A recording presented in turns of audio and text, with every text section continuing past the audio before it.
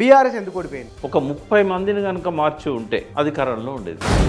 ఆయన జీవితకాలం అంతా మదనపడే బాధపడే ఒక నిర్ణయం అది. మూడోసారి టికెట్లు అందరికి ఇవ్వాలని ఇది. రేవంత్ రెడ్డి కొంచెం రెడ్లను బాగా లేపిండు. కాంగ్రెస్లోనే సహజంగా రెడ్డిస్ మొదటి నుంచి ఉంటారు. డైరెక్ట్ రేవంత్ రెడ్డిని సీఎం కావడానికి దోహదపడ్డ మొట్టమొదటి వ్యక్తి రాహుల్ గాంధీ కాదు, చంద్రబాబు నాయుడు. ఈ బీఆర్ఎస్ ఇక్కడ పవర్లో ఉన్నది, తెలుసుకోలేకపోయిందా గ్రౌండ్ రియాలిటీని? చాలా ఓవర్ కాన్ఫిడెన్స్తో ఉంది. బీఆర్ఎస్ పార్టీ అనేది గ్రౌండ్లో లేదు, గాల్లో ఉంది. మేము మా ఎమ్మెల్యే ఓడించాలి, కేసీఆర్ పోవాలని వాళ్ళు అనుకోలేదు. నేను ఇన్ని చేసినాక నన్ను ఓడిస్తారా, నన్ను చూసి ఓట్లేస్తారు కదా. రేవంత్ రెడ్డి లోపల ఉన్న లక్షణాలు ఏమిటి? ఏ అంశాలు ఆయనను తన లక్ష్యం వైపు నడిపించాయి? అయితే కేసీఆర్ ఉంటాడు, లేకపోతే కేటీఆర్ ఉంటాడంటే రాసి పెట్టుకోమన్నా రేవంత్ రెడ్డి ఉంటాడు అన్న. 10 ఏళ్ళు టీడీపీకి ఇచ్చారు, 10 ఏళ్ళు కాంగ్రెస్కి ఇచ్చారు, 10 ఏళ్ళు బీఆర్ఎస్కి ఇచ్చారు. ఆయన మంచిగా పరిపాలన చేస్తే 10 ఏళ్ళు ఆయనే ఉంటాడు. నమస్తే.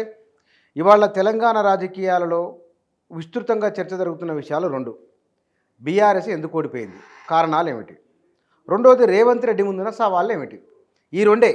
ఎందుకంటే మీడియాలో జరుగుతున్న చర్చలో ఒకరిద్దరు బీఆర్ఎస్ నాయకులు చేసిన కామెంట్లు, దానికి ప్లస్ మైనస్ లేదా సమర్థన వ్యతిరేకంగా జరుగుతున్న ఒకానొక చర్చ ఉన్నది.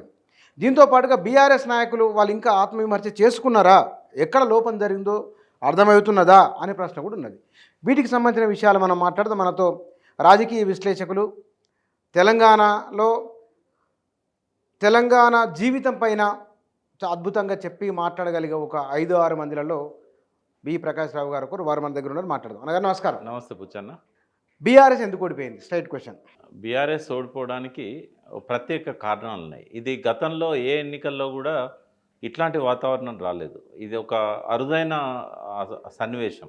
ఇందులో ఏంటంటే గాలి అని చెప్దామా, ఆదిలాబాద్లోనేమో కొంత బీజేపీకి అనుకూలంగా వచ్చింది, హైదరాబాద్ చుట్టుపక్కల మెదక్ వరకు కూడా బీఆర్ఎస్కి అనుకూలంగా వచ్చింది, తెలంగాణ మొత్తం కాంగ్రెస్కి అనుకూలంగా వచ్చింది. రూరల్ తెలంగాణ అంతా. ఇది ఒక గాలి అని చెప్పే పరిస్థితి లేదు. గతంలో ఎప్పుడు ఎలక్షన్ జరిగినా కూడా ఆ ఉమ్మడి రాష్ట్రంలో అయితే శ్రీకాకుళం నుంచి ఆదిలాబాద్ దాకా ఒకే వాతావరణం ఉండేది. ఇక్కడ అట్లా లేదు.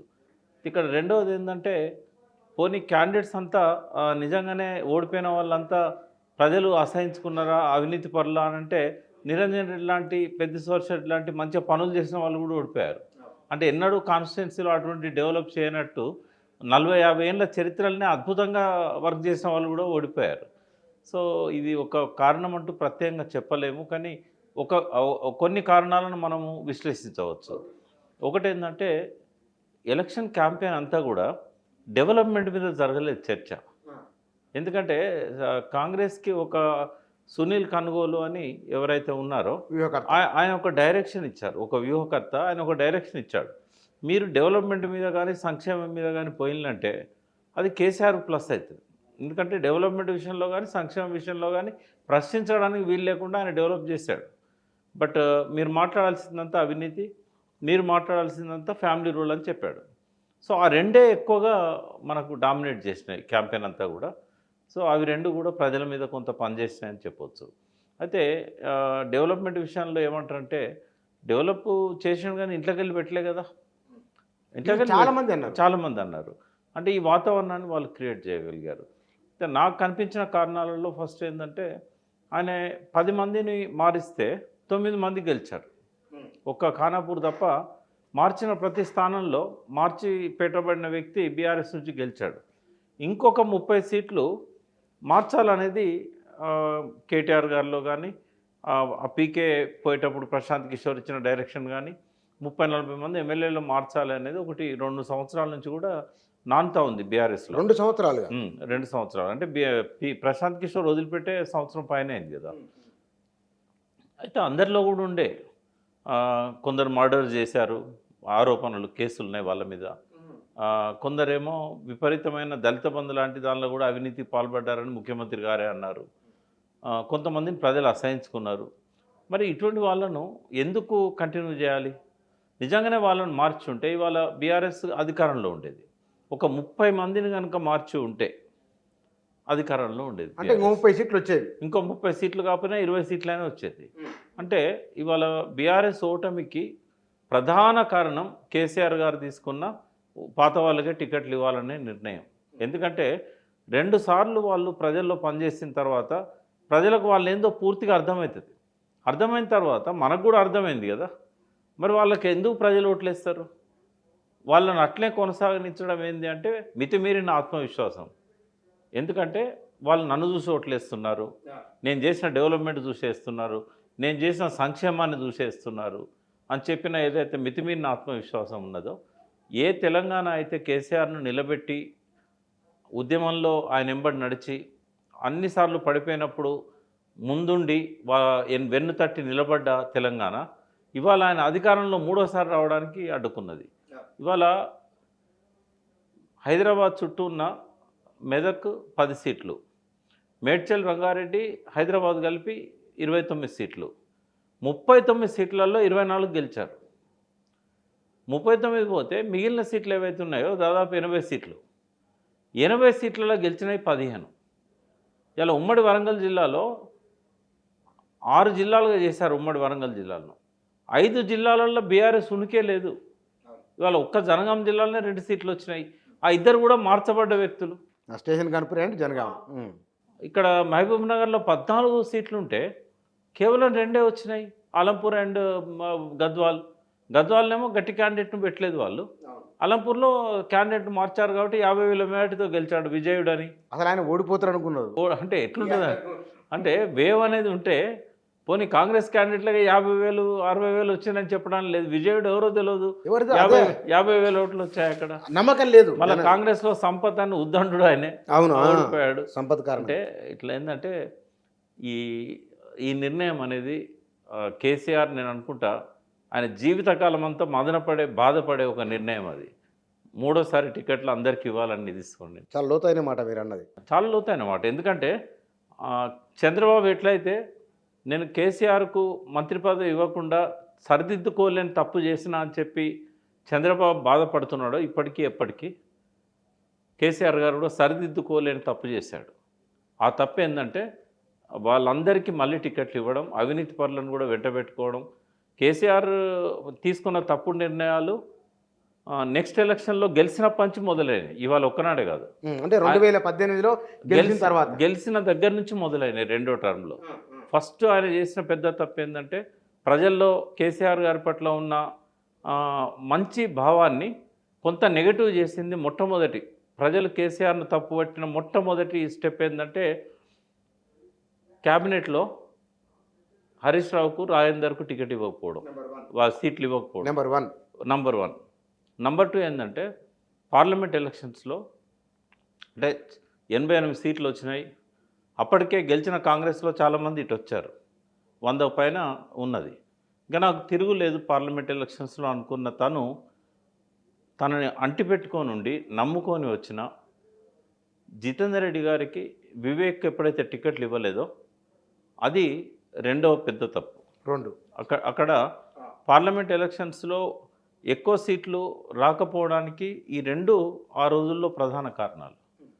3వది ఏంటంటే ఆయన మళ్ళీ అధికారంలోకి వచ్చిన తర్వాత ఈ ఫ్యామిలీ మీద వచ్చిన ఆరోపణలు, పర్టికులర్గా ఫ్యామిలీ అని అంటే కేటీఆర్ అండ్ కవిత వాళ్ళిద్దరి మీద వచ్చిన ఆరోపణలు, ఇవన్నీ కూడా ఏంటంటే రాను ప్రజల లోపల కేసీఆర్ పట్ల ఒక నెగిటివ్ భావనను, అంటే ప్రజలకే కాదు పార్టీలో ఉన్న మాలాంటి వాళ్ళకు కూడా ఒక ఇబ్బందికరమైన పరిస్థితి ఏర్పడ్డది.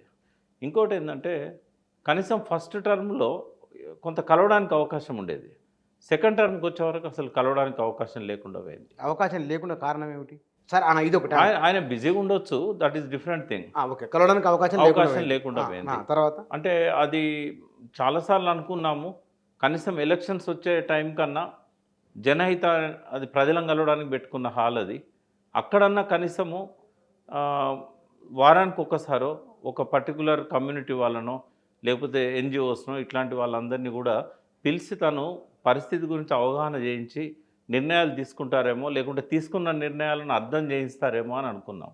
ఇప్పుడు ఒక్కొక్క సెక్షను ఎట్లా ఫీల్ అయిందో మన ఫీల్డ్ మీద పోయినప్పుడు అర్థమైంది.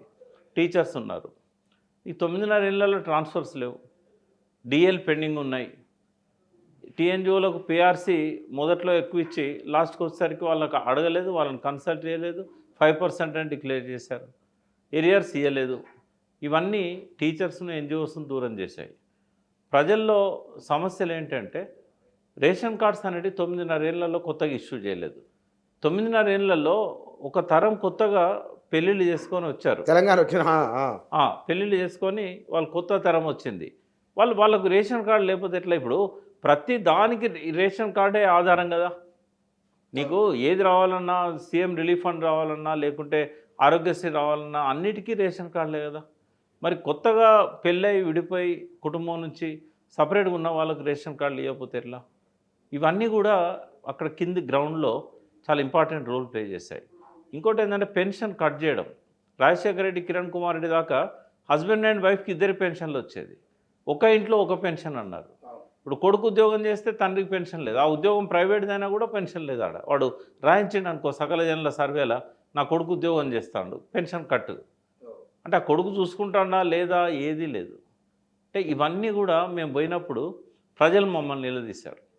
తర్వాత బిల్స్ పెండింగ్. ఈ చాలామంది గ్రామీణ కార్యకర్తలకు, పార్టీ కార్యకర్తలకు అక్కడున్న ఎమ్మెల్యేలు ఏం చేశారంటే ఈ 103 కాన్స్టిట్యున్సీలలో కూడా మిషన్ భగీరథ లోకల్ పనులు కానీ చిన్న చిన్న కాంట్రాక్ట్స్ కానీ వాళ్ళకి ఇచ్చారు. వాళ్ళ బిల్స్ అన్నీ కూడా ఒక్కొక్కరి 5 లక్షలు, 10 లక్షలు, 20 లక్షలు, లేకపోతే కొంతమంది అయితే వేలే ఉన్నాయి, 70,000, 80,000 చిన్న చిన్న పనులు, పీస్ వర్కులు. అందరి బిల్లులు పెండింగే మొత్తానికి ఎలక్షన్ల దాకా. వాళ్ళు ఉత్సాహంతో పాల్గొనలేదు క్యాంపెయిన్లో. వాళ్ళు ఏ పార్టీలో పోలేదు, క్యాండిడేట్తోనే ఉన్నారు, కానీ ఎక్కడ ఉత్సాహంగా పనిచేస్తున్నట్టు కనబడలేదు. ఈసారి ఎక్కడ కూడా క్యాండిడేట్లకు కూడా ఉత్సాహం లేదు. క్యాండిడేట్ల వెనుక ఉన్న నాయకులకు, కార్యకర్తలకు కూడా ఉత్సాహం లేదు. క్యాండిడేట్లకి ఏమైంది? క్యాండిడేట్లకు ఏంటంటే వాళ్ళు కొంతమందికి ఏమో ఫైనాన్షియల్ ప్రాబ్లమ్స్, గతంలో లాగా వాళ్ళు ఖర్చు పెట్టలేదు ఈసారి. వాళ్ళని కంపేర్ చేస్తే కాంగ్రెస్ వాళ్ళే ఎక్కువ ఖర్చు పెట్టారు. ఇవన్నీ కూడా తర్వాత ప్రతి సెక్షన్లో వ్యతిరేకత కనబడ్డది. పోలీసులలో కూడా వ్యతిరేకత కనబడ్డది. ఉద్యోగస్తులంతా వ్యతిరేకంగానే ఉన్నారు. కమ్యూనిటీస్, బీసీలు అయితే చాలా వరకు వ్యతిరేకంగా ఉన్నారు. రెడ్లు అయితే రెడ్లంతా ఒక కట్టగట్టుకొని కేసీఆర్ని దించేయాలని చెప్పి వాళ్ళు ఒక ప్రతిజ్ఞ చేసినట్టే పనిచేశారు. అంతా ఇల్లున్న రెడ్లు పనిచేశారు, అల్లున్న రెడ్లు కూడా, బీఆర్ఎస్ రెడ్లు కూడా. టోటల్ నాకు తెలిసి రెడ్లల్లో ఈవెన్ ఒక 5% కూడా కేసీఆర్ని సపోర్ట్ చేయలేదు. ఎందుకు? వాళ్ళకి పదవులు ఇట్లా బాగానే ఇచ్చినాయి. కారణం ఏంటంటారు, ఎందుకు రెడ్లు చేయలేదు అంటే వాళ్ళు ఏమనుకున్నారంటే ఇప్పుడు 2 టర్మ్స్ తనే ఉన్నాడు కదా, రేవంత్ రెడ్డి కొంచెం రెడ్లను బాగా లేపిండు. కాంగ్రెస్లోనే సహజంగా రెడ్డిస్ మొదటి నుంచి ఉంటారు. తర్వాత వీటన్నిటి తగ్గట్టుగా చంద్రబాబు నాయుడు ఆర్థిక, హార్దిక అన్ని రకాల సహాయం చేసి లాస్ట్కి ఆయన పార్టీని కూడా కిల్ చేసుకున్నాడు ఇక్కడ. అంటే అసలు జ్ఞానేశ్వర్ ముదిరాజును ప్రెసిడెంట్గా పెట్టి ముదిరాజ్ కమ్యూనిటీని అంతా తెలుగుదేశం వైపు తీసుకురావాలని ప్లాన్ ఇచ్చినాడు. ఎలక్షన్లో పోటీ చేద్దామని చెప్పేసిండు. అస్త్రసన్యాసం చేస్తారా ఎవరైనా? అంటే డైరెక్ట్ రేవంత్ రెడ్డిని సీఎం కావడానికి దోహదపడ్డ మొట్టమొదటి వ్యక్తి రాహుల్ గాంధీ కాదు, చంద్రబాబు నాయుడు. పరోక్షంగా ఇది జరిగింది. కానీ మీరు అన్నట్లు అదే జరిగితే కనుక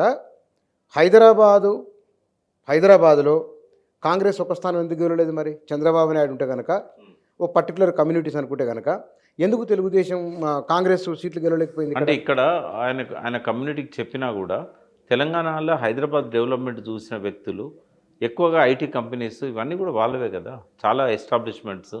వాళ్ళు చెప్పినంత మాత్రాన ఓట్లేయాలని ఏం లేదు. బట్ గోపీనాథ్ వాళ్ళ మనిషే, తర్వాత షేర్లింగంపల్లి గాంధీ గారు వాళ్ళ మనిషే, వాళ్ళ క్యాండిడేట్లు ఉన్న కాడ వాళ్ళు వేసుకున్నారు. ఎక్కువగా కేంద్రీకరించింది ఆ ఏరియాలనే వాళ్ళు. తర్వాత మిగతా ఏరియాల్లో కూడా కొంత బీఆర్ఎస్ యొక్క పాజిటివ్ ఓట్ అనేది వాళ్ళల్లో కూడా వచ్చింది. బట్ ఇక్కడ నేను చెప్పేది కేవలం క్యాస్ట్ ఓట్స్ గురించే కాదు. చంద్రబాబు నాయుడు తెలుగుదేశం మొత్తాన్ని అటువైపు డైవర్ట్ చేయడంలో, తర్వాత ఆర్థికంగా కూడా చేశారనేది ఒక ప్రచారం అవుతున్నది. ఎందుకంటే నేరుగా ఈ కార్పొరేషన్లలోనైతేనేమో డివిజన్ లెవెల్ వరకు, మున్సిపాలిటీలలో అయితే వార్డ్ లెవెల్ వరకు, గ్రామాలలో అయితే గ్రామంలో ఉన్న పార్టీ నాయకుని వరకు ప్యాకెట్స్ వెళ్ళినాయి డైరెక్ట్ ఎలక్షన్స్ కంటే ముందు. ప్యాకెట్స్ నేరుగా వాళ్ళ పేరుతో. అంటే ఎంత పకడ్బందీగా ఏర్పాట్లు చేశారంటే అసలు మనం ఊహించలేము. అంత పర్ఫెక్ట్గా పోయినాయి. అంటే return gift KCR, return gift Chandrababu. అంటే ఏమిచ్చిండో కానీ డబ్బులు అయితే విపరీతంగా, డబ్బులు అయితే బాగా చెల్లామన్నాయని అందరు చేశారు, వాళ్ళు కూడా చేశారు. ఈసారి ఒక రోజు ముందే ఉన్నది వాళ్ళది. కాంగ్రెస్ ఎలక్షన్ల కంటే 48 అవర్స్ ముందే కంప్లీట్ చేసుకున్నారు వాళ్ళు ఈ కార్యక్రమం. చాలా డబ్బు దొరికింది. పోలీసులు కూడా చాలా కష్టపడి పట్టుకోవడానికి ట్రై చేశారు, బట్ దొరికింది. కానీ గవర్నమెంట్ను కాదని ఇన్ని వ్యవస్థలు గవర్నమెంట్ దగ్గర ఉంటాయి కదా, ఈ బీఆర్ఎస్ ఇక్కడ పవర్లో ఉన్నది, తెలుసుకోలేకపోయిందా గ్రౌండ్ రియాలిటీని? తెలుసు, బట్ వాళ్ళు ఓవర్ కాన్ఫిడెన్స్తో ఉన్నారు, చాలా ఓవర్ కాన్ఫిడెన్స్తో ఉన్నారు. తెలియదని నేను అనుకోను, ఎందుకంటే ఇంటెలిజెన్స్ వాళ్ళైతే ఫెయిల్ గారు, వాళ్ళు ఖచ్చితంగా చెప్పే ఉంటారు. ఒకవేళ చెప్పకపోతే వాళ్ళ మాటల్ని ఆయన పాజిటివ్గా తీసుకోవట్లేదనే ఉద్దేశంతో ఆయన మీద ఉన్న కోపంతో చెప్పలేదేమో అని నేను అనుకుంటాను. గ్రామీణ ప్రాంత ఓటర్ల ఆలోచన, పట్టణ ప్రాంత ఓటర్ల ఆలోచన. పాలమూరు జిల్లాలో కరువు అయింది. కరువు మునుపడంత తీవ్రత లేదు, నీళ్ళు వచ్చినాయి, చాలా మారింది జిల్లా, ఉమ్మడి జిల్లా మారింది. మొత్తం తెలంగాణ మారింది బుచ్చన్న ఆ మేరకు. ఎందుకు మనం మహబూబ్నగర్ తీసుకున్నాం, వలసలు దుర్మార్గమైన జీవితం మహబూబ్నగర్ది. అక్కడ 14 గాను 12 కాంగ్రెస్ కొట్టిపడేసింది. ఏమై ఉండొచ్చు కారణం? అంటే ఇంకా కొంత లోతుగా విశ్లేషించాల్సిన అవసరం ఉన్నది. ఎందుకంటే ఇక్కడ నుంచి పోయిన ఓటర్స్, అంటే హైదరాబాద్ సిటీలో ఉన్న లేబర్ ఎవరైతే ఉన్నారో, పాలమూరు లేబరు, వీళ్ళంతా వన్ సైడ్ కాంగ్రెస్ కేసులు అనేది నాకున్న రిపోర్టు. ఈవెన్ వనపర్తిలో కూడా అడుగడుగున నీళ్ళ నిండు కుండల్లాగా చెరువులను పెట్టి మత్తడి దునికే అలుగులను మండు వేసవిలో సృష్టించిన నిరంజన్ రెడ్డి. ఆయన పేరే నీళ్ళ నిరంజన్ రెడ్డి. ఆ కాన్స్టిట్యున్సీది నాకు తెలిసింది ఏంటంటే, బీఆర్ఎస్ వాళ్ళే బస్సులు పెట్టారు, ఇక్కడి నుంచి ఓటర్స్ని తీసుకుపోయారు, అంత ఖర్చు పెట్టుకున్నది బీఆర్ఎస్ వాళ్ళు. అక్కడికి పోయి వాళ్ళు క్యూ లైన్లో నిలబడే చెప్పేస్తున్నారు నేరుగా కాంగ్రెస్కే అండి, కాంగ్రెస్కే. అంటే ఇక్కడ నుంచి బస్ దిగిపోయిన వాళ్ళు. అవి అంత ఇది కారణం ఏమిటి? నాకు తెలంగాణ ప్రజలు కొద్దిగా ఎమోషన్స్ ఉంటాయి, సెల్ఫ్ రెస్పెక్ట్ బాగా విలువ ఇస్తారు. అయితే ఆయన ఒక్కడే బాగుపడ్డాడు, అందరు ఎక్కడ బాగుపడ్డారు అనేది ఒకటి పెట్టుకున్నారు, అది ప్రచారం కూడా బాగా జరిగింది. రెండవది, ఈసారి బలమైన ఫోర్స్గా కాంగ్రెస్ పనిచేసింది నిరుద్యోగ యువత. అయితే గ్రామాలలో ఉన్న ఎడ్యుకేటెడ్స్ అయితే ఆలోచించిండ్రు, కానీ ఈ ఇంటర్మీడియట్ 10th ఫెయిల్ అయిన డ్రాప్అవుట్స్ చాలామంది ఉంటారు. వీళ్ళంతా ఏంటంటే రేవంత్ రెడ్డి మాయలో పడ్డారు. పడి మనకు చదువుకుంటే ఉద్యోగాలు వస్తాయి, ఆ ఉద్యోగాలు ఇస్తలేడు కేసీఆర్, ఈ ఉద్యోగాలు రాకపోవడానికి ఆయనే కారణం. అంటే వాస్తవంగా బీఆర్ఎస్ది ఒక విషాదగాథ. ఎందుకంటే దేశంలో ఏ ప్రభుత్వం ఇవ్వనన్ని ఉద్యోగాలు ఇచ్చింది మళ్ళా ఇక్కడ ప్రభుత్వమే. అంటే ప్రపోర్షనేట్గా జనాభా సంఖ్యకు ఎన్ని ఉద్యోగాలు ఇచ్చిందా అనేది లెక్క తీస్తే గుజరాత్లో 1,60,000 ఉద్యోగాలు ఇచ్చారు, గుజరాత్ పాపులేషన్ 7 కోట్లు. తెలంగాణలో 1,60,000 ఉద్యోగాలు ఇచ్చారు, పాపులేషన్ 3.5 కోట్లు.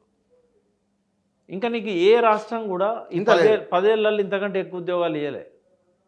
అంటే ఇట్లా చూసినప్పుడు బీఆర్ఎస్ఏ ఎక్కువ ఉద్యోగాలు ఇచ్చింది. వేకెన్సీలు కూడా కేవలం 40,000 వేకెన్సీలే ఉన్నాయి. రేవంత్ రెడ్డి 2 లక్షల ఉద్యోగాలు ఇస్తానంటే జనం నమ్మారు.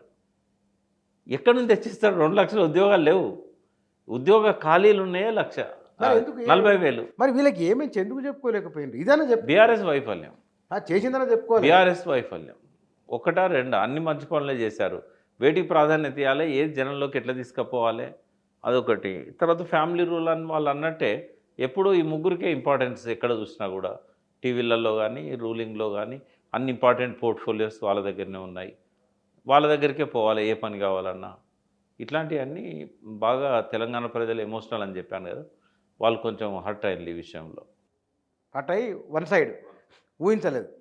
కానీ ఇక్కడ ఇంకొక అంశం ఏమున్నదంటే, సర్వేలు చేసినప్పుడేమో ముఖ్యమంత్రి ఎవరంటేనే కేసీఆర్ అన్నారు, రేవంత్ రెడ్డికి ఏమో 21%, ఈయనకేమో 34% వచ్చింది. ఇది మరి ఇదేమిటి? అంటే 34% వేశారు కదా కేసీఆర్కు, 37% వేసిందా లేదా? అంటే చాలా నియోజకవర్గాలలో ఏమనుకున్నారంటే, మేము మా ఎమ్మెల్యే ఓడించాలి, కేసీఆర్ పోవాలని వాళ్ళు అనుకోలే, మా ఎమ్మెల్యేని పోవాలి. చాలామంది అంటున్నారు కూడా, మేము ఎమ్మెల్యే పోవాలని ఓటేస్తే కేసీఆర్ పోయిండేంది. బుచ్చన్న ఏ మాట కామాట చెప్పాలి, కేసీఆర్ ఈ 9.5 ఏళ్ళు ఎన్నడైనా కంటిన్యూ నిద్రపెట్టడం నాకు తెలియదు. ఆయన ప్రజల కోసం తప్పించి అనేక స్కీములు, అనేక చర్చలు, కొన్ని వందల రాత్రుల్లో ఆయనే అర్ధరాత్రి దాకా మీటింగ్స్ ఆఫీసర్స్తోని అంత మంచి చేశాడు. ఇవాళ ఆయన ఎట్లా ఫీల్ అవుతున్నాడో నాకు తెలియదు, కానీ ఇంత మంచి పనులు చేసిన తర్వాత ఓడిస్తే ఇంకెందుకు చేయాలి అనే ఒక అసహనం, ఒక కోపం. నాకైతే నేను ఒక ఛానల్లో లైవ్లో ఉన్న రిజల్ట్స్ వస్తుంటే ఆ సిరివెన్నెల పాట గుర్తొచ్చింది.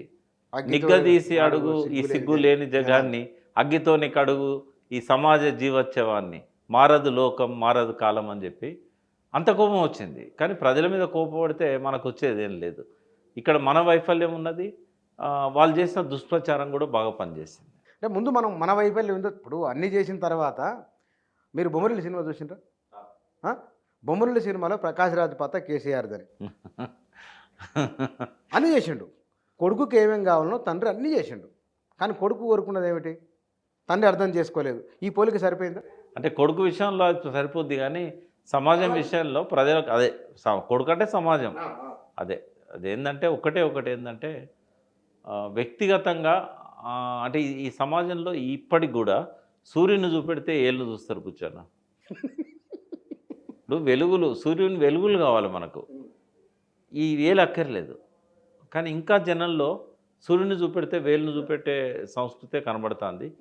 వాళ్ళు కూడా అదే ప్రచారం చేశారు, ఈ వేలు గురించే ప్రచారం చేశారు, ఆ వెలుగుల గురించి ప్రచారం చేయలేదు. కౌంటర్గా కూడా బీఆర్ఎస్ ఓవర్ కాన్ఫిడెన్స్తో పోయి విశాల లోతుల్లోకి పోలే. ఇంకోటి ఏంటంటే ఈసారి కేసీఆర్ గారి ప్రచారంలో ఆయన చాలా కష్టపడ్డాడు. ప్రతిరోజు 3-4 మీటింగ్స్ అడ్రస్ చేశాడు. 97 సభలు చేశాడు. మామూలు విషయం కాదు. 97 సభలు చేశాడు. ఈ సభల్లో ఆయన ఓటు విలువ గురించి చెప్పాడు, ప్రజాస్వామ్యం గురించి చెప్పాడు. బట్ ఒక మైనస్ పాయింట్ ఏంటంటే ఆ స్పీచ్లు అన్నింటిలో కూడా ప్రజల్లో ఏ ఆలోచన వాళ్ళ మెదళ్ళను తొలుస్తుంది, దానికి ఏం చెప్పాలి అనేది ఆయన పూర్తిగా పక్కకు పెట్టిండు. ఇది చాలా పెద్ద తప్పు. ఒక స్పీకర్ ఏంటంటే పబ్లిక్లో మైండ్ సెట్ ఏంది అనేది అర్థం చేసుకొని మాట్లాడాలి. ఆయన మించిన స్పీకర్ లేడు కదా, లేడు, ఇండియాలోనే లేడు, అంత గొప్ప స్పీకర్ లేడు. కానీ ఈసారి ఎందుకు ఫెయిల్ అయ్యాడు అనే చాలా చాలా స్పీచ్లు నేను విన్నాను. ఆయన ఈ విషయాల మీద పోలేదు అసలు. ఇప్పుడు ఆయన ఫ్యామిలీ రూల్ గురించి మాట్లాడలేదు, ఆయన అవినీతి విషయాల మీద మాట్లాడలేదు, ఆయన కాళేశ్వరం మీద మాట్లాడలేదు, ఆయన జనంలో నిరుద్యోగ సమస్య మీద బాగా చర్చ జరుగుతుంది. నిరుద్యోగ రక్షణ సమితిని పెట్టి వాళ్ళు ప్రచారమే చేశారు. ఊళ్ళల్లో కూడా ప్రతి ఊళ్ళో నిరుద్యోగుల గురించి వస్తుంది, ఆ ఉద్యోగాల గురించి మాట్లాడలేదు. ఇవన్నీ కేటీఆర్ మాట్లాడిన తప్ప ఆయన మాట్లాడలేదు. ఇవన్నీ కూడా ఆయన మైనస్ పాయింట్స్. ఆయన ఎంత పెద్ద స్పీకర్ అయినా, ఎంత గొప్పవాడైనా ఎప్పుడో ఒకసారి తప్పులు చేస్తాడు. ఆయన ఉపన్యాసాలల్లో ప్రజల మనస్సులల్లో ఏం జరుగుతుంది, చర్చ ఏం మేధో మదనం అవుతుంది. మరి కేవలం ఇంటెలిజెన్స్ మీద ఆధారపడడం వల్ల ఈ లోపం జరిగిందా? జనరల్గా పార్టీలు ఎప్పుడు కూడా ఓన్ ఇంటెలిజెన్స్ పెట్టుకోవాలి. బట్ టీఆర్ఎస్లో ఓన్ ఇంటెలిజెన్స్ లేదు. ఎందుకు లేదు? అసలు పార్టీ అనేది ఒక్క మాట చెప్పాలంటే గాల్లో ఉంది. బీఆర్ఎస్ పార్టీ అనేది గ్రౌండ్లో లేదు, గాల్లో ఉంది. ఏంది 2 సార్లు అధికారంలోకి వచ్చిన పార్టీని అంటున్నారు మీరు? 2 సార్లు కాదు, 14 ఏళ్ళు ఉద్యమం నడిపిన పార్టీ గురించి చెప్తున్నాను నేను. ఉద్యమ కాలంలో అంటేనేమో కింది దాకా నాయకత్వం లేకపోయినా కూడా ఉన్నారు, ఉద్యమం ఉన్నది, అన్ని రకాల వాళ్ళు వచ్చారు. నీ భావజాలంతో వ్యతిరేకించే వాళ్ళు కూడా నువ్వు ఇచ్చిన పిలుపుకు స్పందించారు. అది ఉద్యమంలో నడుస్తుంది. కానీ ఎన్నికలో పోయే రాజకీయ పార్టీకి గ్రాస్ రూట్ లెవెల్ దాకా పకడ్బందీ నిర్మాణం ఉండాలి కదా. టీడీపీ నుంచే కదా ఆయన వచ్చింది. టీడీపీలో ఆ నిర్మాణం లేదా? ఇప్పటికి చెక్కు చెదరలేదు కదా. పార్టీ క్యాండిడేట్లను పెట్టకపోయినా, పార్టీ లేకపోయినా ఇప్పటికి తెలుగుదేశం బలమైన కార్యకర్తల నిర్మాణం ఉన్నది.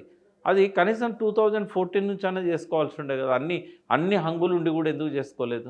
ఏమిటి అంటే ఉద్యమ కాలంలో లేదు కాబట్టి అదే ఒరవడిలో పోయింది. అది ఉంటే నీకు ఫీడ్బ్యాక్ వచ్చేది కదా, ఏం జరుగుతుందో గ్రౌండ్లో తెలిసేది, ఇంటెలిజెన్స్ ఉండేది. ఇంకోటి ఏంటంటే రాజకీయ పార్టీలలో ఒక దారుణమైన పరిస్థితి ఉన్నది పుచ్చన్న. నాకే ఇన్హిబిషన్స్ లేవు, నేను ఏదైనా మాట్లాడగలుగుతా. ఎవరేమనుకున్నా నాకు ఇబ్బంది లేదు. అసలు తెలివైన వాడిని ఎదగనియరు, డబ్బున్న వాడిని కూడా వీడెక్కడ నాకు పోటీకి వస్తాడో అని చెప్పి వాడిని ఏ బాధ్యతలు ఇవ్వకుండా ఎమ్మడి పెట్టుకుంటారు. వాడు ఎంతసేపు డబ్బులు ఖర్చు పెట్టాలి తప్ప వాని పదవి ఇయ్యరు. అంటే ఇటు డబ్బున్నా ఓర్వరు, ఇటు తెలివున్నా ఓర్వరు. ఇది ఎమ్మెల్యేలలో చూశాను నేను, బీఆర్ఎస్లో ఉన్న ఎమ్మెల్యేలలో చూశాను. పార్టీలో కూడా అట్లే కనబడుతుంది. ఈ వాళ్లకు ఫ్యూచర్ భయం పట్టుకుంటుందా, రేపు వీళ్ళు మమ్మల్ని ప్రశ్నిస్తారేమో అని, లేకపోతే వీళ్ళు రేపు ఏమన్నా పార్టీని స్ప్లిట్ చేస్తారేమో అని. ఈ బూర్జువా పార్టీలలో ఉన్న ఒక దరిద్రపు రోగమే అది. నమ్మరు అసలు ఒక సరైన పార్టీ నిర్మాణం ఎట్లా జరగాలంటే ఒక రైట్ పర్సన్ను రైట్ ప్లేస్లో పెట్టాలి. పెట్టినప్పుడే అది ఆ పార్టీ బతుకుతుంది. రెండవది, లీడర్ అనేవాడి లక్షణం ఏంటంటే డెలిగేటింగ్ పవర్స్. తను చేయాలనుకున్న పనులను ఎవరైతే సమర్థవంతంగా చేస్తారో వాళ్ళని ఐడెంటిఫై చేసి అప్పచెప్పాలి. మూడవది ఏంటంటే వాడు తప్పు చేస్తాడేమో, నాకు ఎక్కడ చెడ్డ పేరు వస్తుందో అనుకున్నట్టయితే లీడర్షిప్ డెవలప్ కాదు, నువ్వు అన్ని పనులు చేయలేవు. కేసీఆర్లో నేను 23 ఏళ్ళ నుంచి చూస్తున్న ఒక లోపం ఏంటంటే తనకు అన్నిట్లో ప్రావీణ్యత ఉంది, తను ఏ పనైనా చక్కగా చేయగలుగుతాడు. ఆయన ఒకసారి ఫామ్ పిలిచినప్పుడు కూడా ఫామ్ చూసిన తర్వాత పక్కన నిరంజన్ రెడ్డి గారు ఉండ్రి, ఎట్లుంది ప్రకాష్ ఫామ్ అన్నాడు. నేను మొదటిసారి 2013లో సమర్థుడు ఏ రంగంలోనైనా రాణిస్తాడు అని ఒకటే స్టేట్మెంట్ ఇచ్చాను. ఎర్రవేల్ ఫామ్ చూసి 2013లో. అంటే కేసీఆర్ ఆయనకు తెలియని ఫీల్డ్ లేదు, సాహిత్యం దగ్గర నుంచి పాలన దాకా ప్రతి విషయంలో ఆయన ఎక్స్పర్ట్. బట్ అన్ని పనులు తను చేయడానికి 24 గంటలు సరిపోతుందా? సరిపోదు. వచ్చిన ప్రాబ్లం ఏంటంటే ఆయన డెలిగేట్ చేయడు. ఇప్పుడు చాలామంది మంత్రులు ఏం ఫీల్ అయ్యారు, మా అధికారాలు కూడా ఆయనే ఎగ్జిక్యూట్ చేస్తున్నాడు, మమ్మల్ని అంతా డమ్మీ చేసిండని ఫీల్ అయ్యారు. ఇది సవరించుకోలేదు ఆయన. 23 ఏళ్లలో నేను ఆయన దగ్గర ఉన్న ఆ లక్షణం చూశాను. నేను అన్నీ తనే చేయాలనుకుంటాడు, ఎక్కడ తప్పు జరుగుద్దాం అనుకుంటాడు. ఆయన లోపల పాజిటివ్ ఎక్కువ ఉండొచ్చు, 70% 80% ఉండొచ్చు, కానీ ఆ 20% మైనస్ పాయింట్లే డామినేట్ చేసినాయి ఈసారి. అవి సరి చేసుకోలేకపోయింది ఆయన. ఎవరు చెప్పేవాళ్ళు లేరు ఆయనకు. మీ ద్వారా కనీసం ఈ విషయాలు ఆయనకు తెలియాలి. చూద్దాం, తప్పకుండా చూడొచ్చునే మరి. అని నేను చెప్పిన పోలిక బొమ్మరిల్లు సినిమాది. ఒక తండ్రి తన పిల్లలకి ఏం కావాలో తెలుసు ఆయనకు. మీరు ఇచ్చిన స్టేట్మెంటే ఆయన 24 గంటల్లో 20 గంటలు రాష్ట్రమే, డే నైట్ 10 మంది కూర్చున్నా రేపు ఏం చేయాలి, యూరియా, కరెంటు, నీళ్లు, ఎక్కడ మనం లాఠీ చార్జీలు చూడలే మనం 10 ఏళ్లలో, ఎరువుల కోసం లైన్లు చూడలే 10 ఏళ్లలో, ఎన్కౌంటర్లు చూడలే 10 ఏళ్లలో, లాకప్ డెత్తులు చూడలే 10 ఏళ్లలో. అంటే నిజంగానే మనం తెలంగాణ ఒక 50 ఏళ్ళ జీవితానికి భిన్నమైన జీవితం చూసినాం. అసలు మనం ఇట్లా అనుకోలేదు, తెలంగాణ ఇట్లా ఊహించలేదు. మరి ఇంత గొప్పగా చేసిన అతను నాయకుడు, నేనేం కావాలో నా వాళ్ళకు నేను చేసుకున్నా కదా, ఇంక నాకు తెలియదా, వాళ్ళకు నాకు లింక్ ఉంది అనే దాంట్లోనే పోయిండు తప్ప గ్రౌండ్లోకి రాలేదు అనేది నేను చెప్పిన పోలిక. అది కొంతవరకు వర్తిస్తుంది. రెండవది ఏంటంటే తెలంగాణ సమాజంలో వలస దోపిడీకి గురైన సమాజం ఇది. తప్పించిపోయిన ఆత్మగౌరవం కోసం. మరి తెలంగాణ వచ్చినాక కూడా ఆత్మగౌరవం దొరకలేదనే ఒక భావన ఎక్కడైతే వస్తుందో, అది ప్రచారం అవుతుందో, అది ప్లే చేస్తుంది, దాని పాత్ర అది నిర్వహించింది. అది జరిగింది, ఇన్హెరెంట్గా ఉన్నది. ఇప్పుడు నువ్వు 2014 దాకా పొద్దున్న లేస్తే నువ్వు ఎవరినైతే పలకరించినావో, ఎవరినైతే నీ వెంట పెట్టుకున్నావో, ఎవరైతే నీతో పాటు కలిసి నడిచారో, ఎవరైతే ఆస్తులన్నీ త్యాగం చేసి ఉద్యమం కోసం నిలబడ్డారో, వాళ్ళందరినీ ఒక్క స్ట్రోక్తో కట్ చేస్తామంటే సమాజం యాక్సెప్ట్ చేస్తుందా? ఆయన చేసిన ఒక పెద్ద తప్పు ఏంటంటే, నాది ఇప్పటి నుంచి ఫక్త్ రాజకీయ పార్టీ అన్నాడు కదా. రాజకీయ పార్టీ స్వభావాన్ని ఆయన పునికి పుచ్చుకోవాలి, కానీ ఉద్యమ స్వభావాన్ని వదిలేదు. ఆయన రాజకీయ నాయకులను ఎంబడి తెచ్చుకోవాలి తన పార్టీ నిలబడడానికి. ఆయన ఎమ్మెల్యేలను తెచ్చుకోవడానికి కూడా నేను తప్పట్లేదు, కానీ ఆయన ఉద్యమకారులను వదిలిపెట్టడం అనేది పెద్ద తప్పు. ఉద్యమకారులను జగన్ ఎట్లయితే వాలంటీర్స్ పేరుతోని ఊరూరా ఒక ఫోర్స్ను క్రియేట్ చేయగలిగాడో, అంటే ఆ వాలంటీర్స్ అనేవాళ్ళు నేరుగా జగన్కి రెస్పాన్సిబుల్ ఉండి ప్రతి పథకాన్ని కూడా వాళ్ళ చేతులతోని లబ్ధిదారుల ఇళ్లలోకి తీసుకుపోయారు, ప్రజలతో రాపో ఏర్పాటు చేసుకున్నారు. ఆ పని ఇక్కడ జరగలేదు. ఇప్పుడు ప్రతి ఊర్లో ఒక 2-3 ఉద్యమకారులను ఐడెంటిఫై చేసి వాళ్ళకి నెలకు ఒక 3,000 5,000 ఇచ్చి వాళ్ళని అవినీతి ఎక్కడైనా జరుగుతున్నదా, మనం పెట్టే స్కీమ్లన్నీ గ్రామాల దాకా పోతున్నాయా, ఎవడన్నా దొంగ సంతకాలు పెట్టి మెజర్మెంట్లు చేసి డబ్బులు తింటున్నాడా, ఇట్లా గూఢచార చర్యలు, నిఘా చర్యలు, ఆత్మహత్యలు ఎక్కడన్నా జరిగే అవకాశం ఉందా? ఊర్లో తెలిసిపోతుంది ఏ కుటుంబానికి అప్పులు ఎక్కువ ఉన్నాయి, ఏ కుటుంబం ఇంట్లో గొడవలు అవుతున్నాయి. రామాయణ కాలంలోనే గూఢచార వ్యవస్థ ఉండేది, నిఘా. అదే కదా సీతను అడవిలో పంపడానికి కారణం.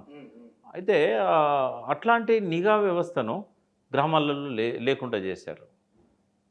ఆ నిఘా వ్యవస్థను ఈ ఉద్యమకారులనే ఉద్యమ స్ఫూర్తిని ఇట్లా వాడుకొని ఉంటే ఇవాళ ఈ పరిస్థితి వచ్చేది కాదు. నేను చాలాసార్లు చెప్పాను, కేసీఆర్ గారి ఊపిరి ఉన్నంత వరకు ఆయన కావాలంటే దిగిపోవాల్సిందే కానీ ఆయన ఎవరు దించేవాళ్ళు లేరని చెప్పాను. కానీ నా స్టేట్మెంట్ తప్పైంది. ఎందుకంటే ఆయన ఇవన్నీ కిల్ చేయడం అనేది, ఇప్పుడు ఆయన ఎవరినైతే నమ్ముకున్నాడో బ్యూరోక్రాట్స్ను, ఎవరినైతే నమ్ముకున్నాడో పోలీసులను, నిఘా వ్యవస్థ, ఇదంతా ఫెయిల్ అయింది. ఫెయిల్ అయిందా లేకపోతే వాళ్ళు చెప్పడంలో ఫెయిల్ అయ్యారో నాకు తెలియదు. బట్ ఆ వ్యవస్థ పనిచేయలేదు. ఆయనకు ఆ విషయాలను అందజేయలేదు.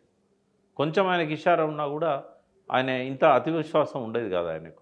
ఎన్నికల పోలింగ్కు ముందు రోజు వరకు సోషల్ మీడియాలో కాంగ్రెస్ పార్టీకి అనుకూలంగా విపరీతమైన కామెంట్లు, కాంగ్రెస్ పార్టీలో ఇట్లా టన్నుల కొద్ది ప్రేమ గురిపించి కూడా ఫలితాలు వచ్చిన గంట తర్వాత కాంగ్రెస్ పార్టీ గెలిచిన తర్వాత అంతులేని సానుభూతిని మళ్ళీ వాళ్ళే గుమ్మరించిండ్రు సోషల్ మీడియాలో.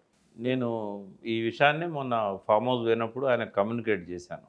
ఇప్పుడు ప్రజలు చింతిస్తున్నారు, రేపు పార్లమెంట్ ఎన్నికల్లో మనకు అద్భుతమైన ఫలితాలు వస్తాయి.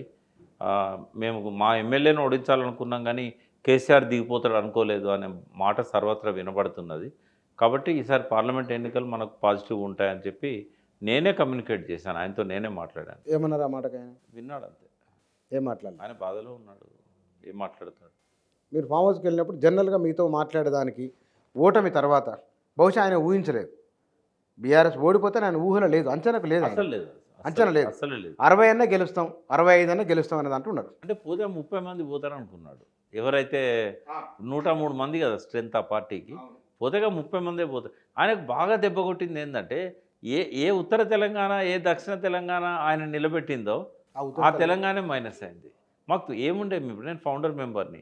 నేను పార్టీ స్టార్ట్ చేసిన కొత్తలో మాకు అసలు నల్గొండ, మహబూబ్ నగర్, హైదరాబాద్ కూడా ఏముంది. హైదరాబాద్ 2004 తర్వాతనే హైదరాబాద్లో కొంత కదలిక కనబడ్డది. మాకు ఎన్ని వచ్చినాయి? 2 కార్పొరేటర్, ఇద్దరు గెలిచారు 100లో. ఇద్దరే, ఒకరు పద్మారావు, ఇంకోటి మాణిక్యేశ్వర్ నగర్లో యాదగిరి అని. ఇద్దరు 2002లో జరిగిన ఎన్నికలు. మేయర్గా నాయన నరసింహారెడ్డి పోటీ చేసి ఘోరంగా ఓడిపోయాడు. అంటే ఏమీ లేని హైదరాబాద్లో ఇవాళ మనకు హైదరాబాద్ కానీ, రంగారెడ్డి కానీ, మేడ్చల్ కానీ, ఈ 3 జిల్లాలలో 29కి 24 వచ్చినాయి. మెదక్ కూడా కలిపి 39కి 24 వచ్చినాయి. ఈయనే ఉన్నాయి, సగం సంఖ్య ఈయనే ఉన్నది. అంటే ఆయన జీర్ణించుకోలేకపోతున్నాడు ఇప్పటికీ. ఇంత చేసిన రూరల్ తెలంగాణ ఎందుకు ఇట్లా అయింది?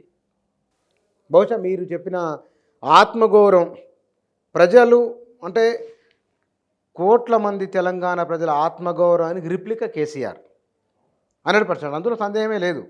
ఆ రిప్లికనే తమను పట్టించుకోలేదన్న బాధ రూరల్ తెలంగాణలో ఉన్నది. ఎందుకంటే ఉద్యమంలోకి వచ్చింది పట్టణం వాళ్ళు కాదు, పల్లెటూరు వాళ్ళు. ఇంకోటి మనము అంటే బ్యూరోక్రాట్స్ ఆయన ఎవరినైతే నమ్ముకున్నాడో అందరూ అగెనిస్ట్ అయ్యారు. బయటికి కనబడలేదు. బట్ ఎలక్షన్స్ అయినాక పోస్ట్ మార్టం చేస్తే అసలు చాలా ఘోరమైన విషయాలు బయటపడుతున్నాయి. నేను మీడియాలో చెప్పలేను. అంటే అందరూ కాంగ్రెస్ పనిచేశారు, బ్యూరోక్రాట్స్ అంతా మెయిన్ వాళ్ళందరూ చేశారు, ఇంపార్టెంట్ వాళ్ళందరూ చేశారు. పోలీసులలో ఉన్న టాప్ ఆఫీసర్స్ అందరూ చేశారు. వీళ్ళల్లో వచ్చిన ఈ వ్యతిరేకత ఏంది అనేది, ఎందుకంటే వాళ్ళని ఆయన నమ్ముకున్నాడు, ఆయన వల్ల వాళ్ళు బాగుపడ్డారు. మరి వాళ్ళు ఎందుకు ఇది చేశారో అర్థం కావట్లేదు. ఆయన వల్ల బాగుపడిన తర్వాత ఒకటి బీహార్ లాబీ అనేది బాగా ప్రచారమైంది. బీహార్ లాబీ అని అందరు బీహారీలే ఎక్కువ మంది ఉన్నతమైన బ్యూరోక్రాటిక్ పొజిషన్లలో వచ్చారు. యాదృచ్ఛికమా లేకపోతే ఎట్లా? యాదృచ్ఛికం ఏం కాదు అది. అక్కడ ఏంటంటే ఎప్పుడు చూసినా కూడా ప్రతి గవర్నమెంట్లో వాళ్ళది కొంచెం డామినేటింగ్ ఉంటుంది. మెయిన్గా బ్రాహ్మలు, తర్వాత బీహార్ నుంచి వచ్చే ఎస్టీలు, ఉత్తరప్రదేశ్, బీహార్ ఆ ప్రాంతాల నుంచి వచ్చే ఎస్టీలు. మరి ఎందుకో ఈసారి అన్ని ఇంపార్టెంట్ పొజిషన్స్లలో బీహారీలే ఉన్నారు. ఆ బీహారీలు కూడా అంటే సెకండ్ టర్మ్లో పర్టికులర్గా ఇంపార్టెంట్ పోర్ట్ఫోలియోస్ అన్నీ వాళ్ళే ఉన్నారు, బ్యూరోక్రాట్స్. మరి ఎందుకో వాళ్ళ పట్ల కూడా ఒక వ్యతిరేకత బ్యూరోక్రాట్స్లలో వచ్చింది, లోకల్ బ్యూరోక్రాట్స్లలో వచ్చింది. అదే బహుశా వాళ్ళ అసహనం అటువైపు దారి తీసిందేమో తెలియదు. ఇది ఒకటి అయ్యిండి వచ్చిన ఒక కారణం. శాంతికుమారి వచ్చే వరకు సోమేష్ కుమారే, ఆయన చాలామంది 11 మందిని ఓవర్టేక్ చేసి సిఎస్గా తీసుకున్నారు ఆయన్ని. ఇట్లాంటివన్నీ ఉన్నాయి. ఒకటి ఈ సందర్భం వచ్చింది కాబట్టి చెప్తున్నా నేను. ఫ్లైఓవర్ వేస్తే చంద్రబాబు మీద నువ్వు ప్రాజెక్టులు కట్టమంటే ఫ్లైఓవర్ వేసినాం అన్నాం. అదే ఫ్లైఓవర్ మీద మనం తిరిగినాం, ట్రాఫిక్ తగ్గిందని చెప్పినాం మనం. అంటే ఒక్కొక్క టైంలో ఆనాడు చంద్రబాబు నాయుడు విలన్ తెలంగాణకు, ఆ ఫ్లైఓవర్ డెవలప్మెంట్కు మళ్ళీ కొనసాగించడానికి ఒక బేస్ వేసినాయి. బహుశా చంద్రబాబు నాయుడు ఆనాడు తెలుగు సమాజాన్ని అర్థం చేసుకోలేదు, ఇవాళ ఈయన అనుకోవచ్చా? అంటే వాస్తవంగా డెవలప్మెంట్ విషయంలో చూసినప్పుడు ఆయన కొంత రూరల్ నెగ్లెక్ట్ చేశాడు. వ్యవసాయాన్ని, తర్వాత గ్రామీణ కుటీర పరిశ్రమల్ని, గ్రామీణ జల వనరులను, గ్రామీణ ఆర్థిక వ్యవస్థను మొత్తం నిర్లక్ష్యం చేసి ఎక్కువ అర్బనైజేషన్ ఆయన లోపల ఉండే. బట్ కేసీఆర్ అటు వ్యవసాయాన్ని పల్లెలను పట్టించుకున్నాడు, గ్రామీణ ఆర్థిక వ్యవస్థను బలోపేతం చేసిండు, ఇటు పట్టణాలను కూడా బాగా సంపన్నంగా చేశాడు. అంటే రెండు ఆ విజన్ ఇంత కరెక్ట్గా ఆయన ఇంప్లిమెంట్ చేశారు. ఎవరికి ఇప్పుడు రాజశేఖర రెడ్డి ఏమో వన్ సైడ్ గ్రామాల మీద పడ్డాడు, ఆయన పట్టణాన్ని నెగ్లెక్ట్ చేశాడు. బట్ ఈయనకు రెండు ఉన్నాయి. ఇటు కేటీఆర్ ఉన్నాడు, రెండు అర్బనైజేషన్ పట్ల కూడా ఆయనకు మంచి విజన్ ఉంది. విశ్వనగరం అని పేరు పెట్టిందే కేసీఆర్. మరి ఇంత బాగా ఇటు చేసిండు, అంత బాగా అటు చేశాడు. కానీ చిన్న చిన్న వ్యక్తిగత పొరపాట్ల వల్లనే ఆయన కేవలం ఆయన లోపల జనించిన కొన్ని నెగిటివ్ థాట్సే ఇవాళ ప్రభుత్వం పడిపోవడానికి ప్రధాన కారణం అనేది అనుకోవచ్చు మనం. ఇంకెవరో కాదు రెస్పాన్సిబుల్. ఈ ఓటమికి ఆయనే బాధ్యత తీసుకోవాలి. ఆయన మళ్ళీ పడి లేచిన కడల తరంగంలాగా మళ్ళీ లేవాలి. మళ్ళీ లేస్తాడు 100%. ఇంకోటి మళ్ళీ లేచినప్పుడు ఈ తప్పులు చేయడు ఆయన. మళ్ళీ పొరపాట్లు జరగవు. ఎవరిని కలవకపోవడం కానీ, కొంత బయట ఏదైతే అహంకారం అనేది వినబడుతున్నదో దాన్ని ప్రజలు నమ్మారు కాబట్టే కదా అటువంటి మళ్ళీ రాబోయే రోజులలో రిపీట్ కావాలని నేను అనుకుంటున్నాను. అంటే ఇక్కడ మీరు కేసీఆర్ ఈ 5 ఏళ్ళు తర్వాత నెక్స్ట్ వచ్చే ఎన్నికల నాటికల్లా బీఆర్ఎస్ అధినేత మళ్ళీ రివైవ్ అయ్యి గట్టిగా వస్తారు. నేనేమంటున్నా, మనం కంటిన్యూగా ఒక 6 నెలలు డే టైమే ఉంటే మనం భరించగలుగుతామా? అందుకే పగలు రాత్రి అనేటి రెండు మనిషి జీవితంలో ఉంటాయి. ఛాలెంజెస్ అనేటి పొలిటికల్ పార్టీకైనా, లీడర్లకైనా, ఎవరికైనా సహజం. అయితే ఎందుకు వస్తాయి ఈ ఛాలెంజెస్ అంటే, ఒకసారి అధికారాన్ని కోల్పోతే మనిషి ఇంకా స్ట్రాంగ్ అవుతాడు. ఎందుకంటే అప్పటిదాకా తన తప్పులు తనకు తెలియవు.